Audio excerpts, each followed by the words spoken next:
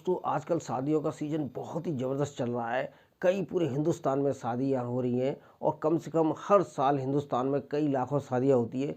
तो दोस्तों शादियाँ तो होती है, बहुत अच्छी बात है, लेकिन फाइनेंशियल प्लानिंग एक लाइफ की शुरुआत होती है। तो फाइनेंशियल प्लानिंग हमें क्या करना चाहिए अपने रिटायरमेंट तक, तो वो मैं इस इन्फॉर्मेशन लेके आया हूँ इस वीडियो में। तो प्लीज़ अंत तक देखिए पूरा वीडियो को, और आपको बहुत ही अच्छी इन्फॉर्मेशन मिलने वाली है कि हम अपने नई जब लाइफ शुरू कर सकते हैं तो उसमें क्या क्या फाइनेंशियल प्लानिंग हो सकती है, जिससे कि हमें कभी लाइफ में फाइनेंशियल प्रॉब्लम ना हो। तो दोस्तों इस चैनल पर नए तो प्लीज़ इसको सब्सक्राइब करना मत भूलिएगा, और आगे जिससे कि आपको इन्फॉर्मेशन मिले, नोटिफिकेशन मिलता है तो आपको जब भी मैं कोई नया वीडियो अपलोड करता हूँ तो आपको नोटिफिकेशन मिल जाएगा। तो दोस्तों यहाँ हम 5 स्टेप में बात करेंगे कि आपकी लाइफ की फाइनेंशियल प्लानिंग क्या होनी चाहिए जिससे कि आपको कोई प्रॉब्लम ना हो। सबसे पहले नंबर 1 पे हम बात करेंगे लाइफ इंश्योरेंस, क्योंकि एक जैसे कि पिरामिड की मैं बात करूं, सबसे पहले हमें अपने आप को सिक्योर करना होता है, फाइनेंशियल एक कंटिजेंसी बनानी होती है, लाइफ इंश्योरेंस लेना होता है।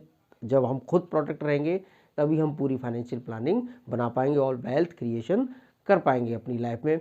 तो सबसे पहले हम बात करते हैं लाइफ इंश्योरेंस पे।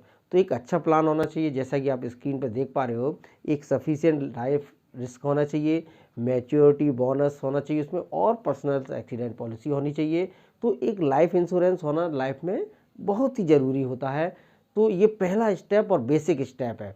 अब हम नंबर 2 पे बात करते हैं हेल्थ इंश्योरेंस की। जब आपका स्वास्थ्य ठीक रहेगा तभी आप हेल्थ अपनी आप ठीक करेंगे और तभी आप आगे अच्छे से काम कर पाएंगे और आगे वेल्थ क्रिएशन कर पाएंगे।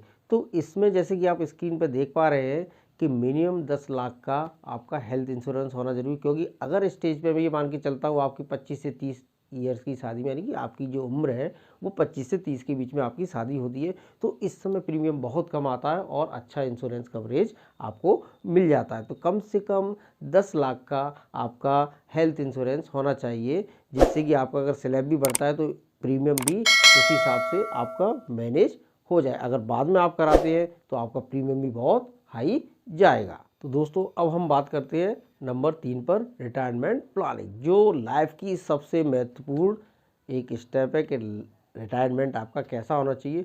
तो अभी आपको कैलकुलेशन करना पड़ेगा कि रिटायरमेंट मुझे जब मैं 60 साल का हो जाऊँ तो मुझे कितने खर्चे की ज़रूरत पड़ेगी।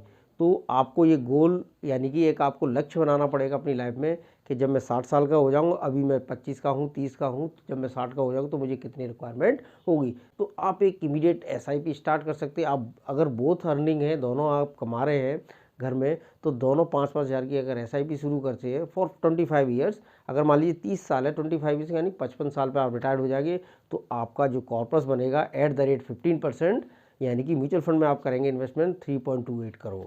तो दोस्तों आप इससे अंदाज़ा लगा सकते हो आपका भविष्य यानी कि जो आपका रिटायरमेंट प्लानिंग है वो एकदम सुरक्षित हो जाए। दोस्तों हम बात करते हैं नंबर 4 पर, चाइल्ड एजुकेशन और मैरिज की। भाई ऐसा तो है नहीं है कि आपको कोई एकदम अचानक पैसा दे जाएगा उसकी चाइल्ड एजुकेशन की, हायर एजुकेशन से स्कूलिंग तो चलो निकल जाती है कैसे भी आपको फीस वीस जमा करने की, लेकिन हायर एजुकेशन और शादी ये दो ऐसे मुद्दे होते हैं जहां आपको पैसे की रिक्वायरमेंट होती है। तो आप म्यूचुअल फंड के जरिए ये रिक्वायरमेंट पूरी कर सकते हैं। यानी कि हायर एजुकेशन का मतलब है, जैसा कि आप स्क्रीन पर देख रहे हैं, कि इंजीनियरिंग की अगर उसे इंजीनियरिंग करना है, एमबीए करना है या कोचिंग की फ़ीस देनी है, तो आज से अंदाज़ा लगाइए कि आज अगर कोचिंग की फ़ीस 1-1.5-2 लाख रुपए है तो उस समय कितनी होगी। तो आपको इमीडिएट एक एसआईपी स्टार्ट करनी है 5-5500 रुपये की 15 साल के लिए, क्योंकि ये 15 साल बाद आपको ज़रूरत पड़ेगी। तो you will get 14.32 lakh rupees at the rate of 15%। तो इसका एक हो गया। अब बात करते हैं मैरिज की। तो मैरिज की में आपको स्टार्ट एसआईपी एकदम करनी है 2000 रुपीज़ की। तो 25 ईयर्स के लिए आप करोगे, सपोज बच्चे की शादी आपको 25 एज में करनी है, तो आपको कितने फंड की रिक्वायरमेंट है। हालांकि ये अपने बजट के ऊपर और गोल्स के ऊपर है कितने की शादी करनी, लेकिन एक मैं रेफरेंस के लिए आपको बता रहा हूँ। तो अगर आप ये करेंगे तो 12% की अगर मैं लगाऊंगा कंपाउंडिंग इंटरेस्ट, तो आपको 34 लाख रुपीज़ 25 ईयर्स के बाद मिल जाएंगे। तो ये दोनों जो एजुकेशन और मैरिज की प्लानिंग है ये आप उसके हिसाब से कर सकते हो। तो अब मैं आखिरी बात पर आता हूँ जो कि बहुत ही महत्वपूर्ण है, जो कि हर कपल्स की और हर बंदे की रिक्वायरमेंट रहती है कि कार लेनी है और मुझे एक घर बनाना है। तो लेकिन जो शादी हुई है तो आप सबसे पहले जो शादी में आपको कैश गिफ्ट वगैरह भी मिलती है, तो उसको लमसम आप इन्वेस्ट कर सकते हैं 5 साल के लिए, या आपका प्लान कब है लेने के लिए।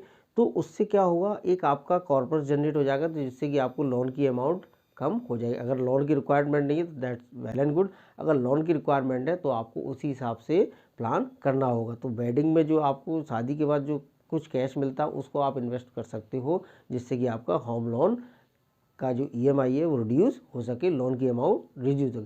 अब आप करते हैं भाई कार, भाई मुझे कार भी लेनी है, तो ये सारे कार लेने के लिए आपको क्या करना, कितने लाख की कार लेनी है, हालांकि ये बजट पे डिपेंड करता है, आपकी सैलरी और इनकम पे भी डिपेंड करता है कितनी की कार लेनी है। लेकिन एक मैं रेफरेंस के लिए बता देता हूँ, अगर आपको 5-6-7 लाख की कार भी लेनी है तो एक इमीडिएट आप 5,000 की SIP कीजिए, 5 साल के लिए 15% से आपके यहाँ 4.36 लाख आपको मिल जाएंगे। तो ये मेरे कहने का मतलब है, जब आप, मैं ये नहीं कह रहा कि आप इन्जॉयमेंट मत कीजिए, इन्जॉयमेंट कीजिए, काफ़ी कीजिए और लाइफ में, लेकिन एक सही तरीके, सबसे पहले आप सेविंग कीजिए, जो आपके पास बचता है उसको आप खर्च कीजिए। सपोज आपकी 100 रुपये सैलरी है, मैं एक एग्जांपल लेके बात कर रहा हूँ, तो उसमें 20% आप बचाइए, 80 रुपये में आप जो भी करना है करिए आप। तो ये एक बेस प्रिंसिपल रहता है सेविंग का, और जिससे कि आपका वेल्थ क्रिएशन भी हो जाए। तो ये मैंने आपको 5 स्टेप में दोस्तों बताया है कि आपको कैसे प्लानिंग करनी है। वेडिंग का अगर जो है वो भी प्लान करिए, जो आपका एंजॉयमेंट भी कीजिए, लेकिन ये जो मैंने अभी 5 आपको स्टेप बताए उनको ज़रूर ध्यान में रखिए। ये मैंने आपको बताए, इसको फॉलो करेंगे तो मैं गारंटी के साथ कह सकता हूँ दोस्तों, आपको कभी भी दिक्कत नहीं आएगी। लेकिन लाइफ में एंजॉयमेंट करना मत भी भूलिए, लेकिन ये भी स्टेप करना मत भूलिए। दोस्तों जो मैंने आज आप इनको इन्फॉर्मेशन दी है, मैं आशा करता हूँ कि आपको बहुत अच्छी लगी होगी, बहुत इन्फॉर्मेटिव लगी होगी। लेकिन जितना जल्दी आप इसको अपने ऊपर अप्लाई करेंगे उतना ही लाइफ में आप अच्छा रहोगे और खुश रहोगे। तो दोस्तों अगर ये वीडियो अच्छा लगा है तो प्लीज़ लाइक कीजिए, शेयर कीजिए, सब्सक्राइब करना मत भूलिएगा। तो फिर नई वीडियो में हम फिर मिलेंगे और अच्छी इन्फॉर्मेशन लेके आऊँगा। तब तक के लिए नमस्कार, धन्यवाद, थैंक यू।